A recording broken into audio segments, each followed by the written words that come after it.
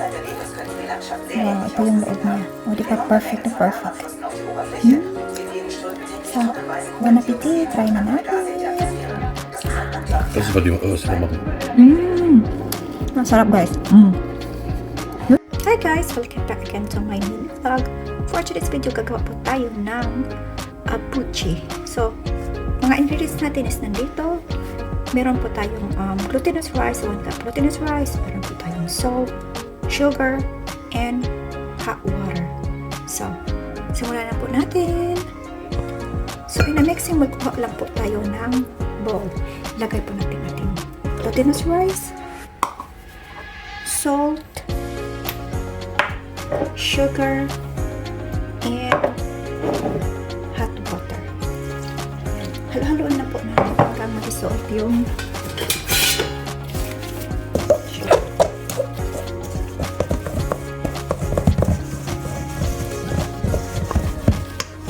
Dahan-dahan na po paglagay ng water para hindi naman siya masyadong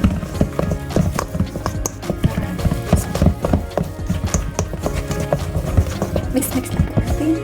So, pag ganito na yung ano niya guys, imasa lang natin siya sa kamay para maganda yung consistency niya. Hanggang lumambot yung dough.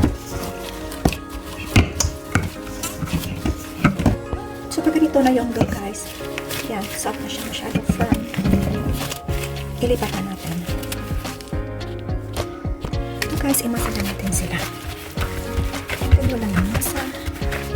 After that, roll lang natin para makabuo tayo na dough.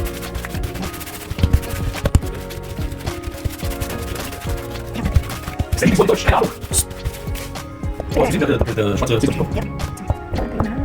Pag naman guys, pwede naman po rin yung nakakaano naman. So, nagugas ako ng kamay para kamayin ko. So, ito na guys. Nagugas ako ng kamay. Kaya kamayin natin para madali. Depende sa inyo guys kung gano'ng kalaki yung bowl. Sa akin tamang-tama lang kasi nga normal lang siya. Maglaan ako tawag dito, gagawa ko ng natural, normal lang na walang palaman. Itong isa naman, gagawin ko with palaman. So, kamayin lang natin ito. Tapos nakabili pala ako ng sesame seeds guys, Japanese pang sushi sa pero pwede naman sa ganito ilaga natin. So yan. So ito na yung gawin natin yung normal na walang palaman kaya let's see. So ganon. Yan. Tapos yan. Sa isa nga nito guys makabuo tayo ng siguro mga 12 na pieces or more than that. Depende kung gaano ka-laki yung bowl niyo. Yan. Yan siya. So, nakagawa pala ko dito ng 10 guys. 10. So, after that, meron akong sesame dito. Black sesame. Pang sushi na pero maganda rin ito sa rice bowl natin. So, let's go! Yan guys, kumuha tayo ng pan. Tapos, magpainit lang tayo ng canola oil. Para dito tayo magprito. Kainitin muna natin yung mantika. Ito na guys, welcome back. So, mag-prepare na po tayo mag-top coat ng sesame. So, kuha lang ako na isa. Tapos, yan ko dito sa water. Water lang ito guys, normal water. Para dumikit yung sesame. Yan siya. Yan. Ngayon, diba? Ang ganda ng pagkaano niya. Pagkadikit. So, lagay natin dito. Tapos, gawin lang natin yung process hanggang matapos ang lahat. Pagkakot. Dito naman, yung canola oil, ano lang siya guys, mahina-mahina, okay? Para hindi maswalo yung ano natin. Oh. Okay, let's go. Ganun, dahan-dahan lang. Ano, diba? Ganun ito.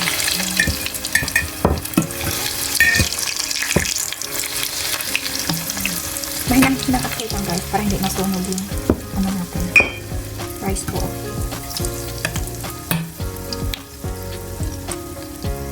Ayan guys. Malapit na siya maluto kasi nga nag-ano na siya tumataas. Tapos balik-balik tayo lang ninyo para hindi siya masunog. Kailangan ng pagkaluto niya guys is golden brown. Antayin muna natin. medyo nag-golden brown na siya. Yan. I-mix lang natin guys para hindi siya masunog. Kailangan talaga siya mix. Tapos, balik ta rin. Balik ta rin natin para yung kabila naman is malito. Yan. Yan guys, tumaas na siya at saka golden brown para sa ating tama na ito. Ganitong kulay na pagka-brown na. Hindi yung sunog, hindi yung kaputla. So, katamtam na lang tayo na. So, i-ready na natin. So, ito, wala ko na isang lagayan with tissue. Yan siya. Perfect. Yan. Tapos, ito natin. Diyan.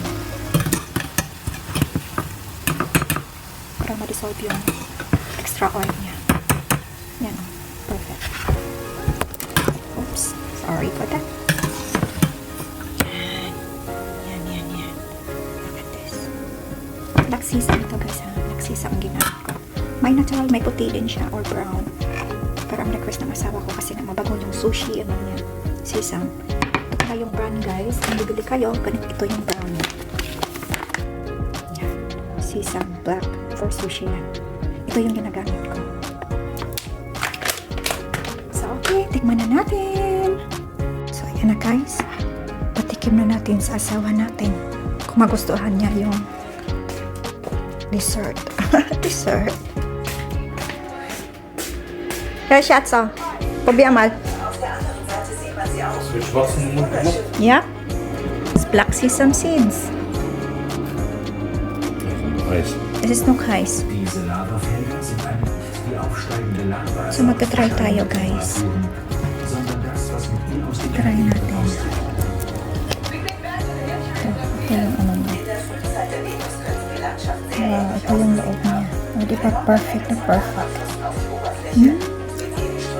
So, bon appetit. Try na natin. Das ist, was sie da machen. Ang sarap guys. Yun lang. Bye. See you on my next vlog.